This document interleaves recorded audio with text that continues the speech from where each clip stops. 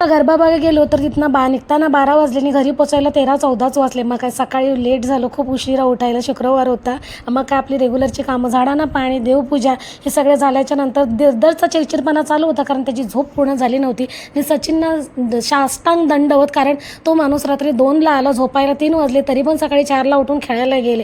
क्रिकेटपासून ते काही राहूच शकत नाही असं झालेलं. मग नाश्ता केला, त्याच्यामध्ये काय दुधाचा चहा आणि मी भारतातून पोह्यांचा पाकिट आणला होता, तर तेच पोहे दोघांनी मी नाश्त्याला खाल्ले.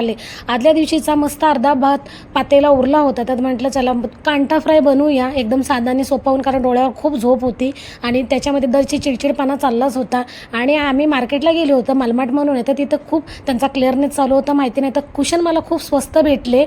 तर हे असे 2 रियाल 1.5 रियालला असतात, इथं आता 500 पैशाला लागलेले. मी दिवाळीच्या हिशोबाने घेतले. अजून विचार होता 4 घेतले तर आणखीन 2 घेऊया, पण नंतर सचिनच्याकडे बघितले. मी म्हटली हे भेटताय ते पण भेटणार नाही, जेवढे पैसे आहेत तेवढ्यातच घेऊया, कारण अजून सॅलरी झाली नव्हती.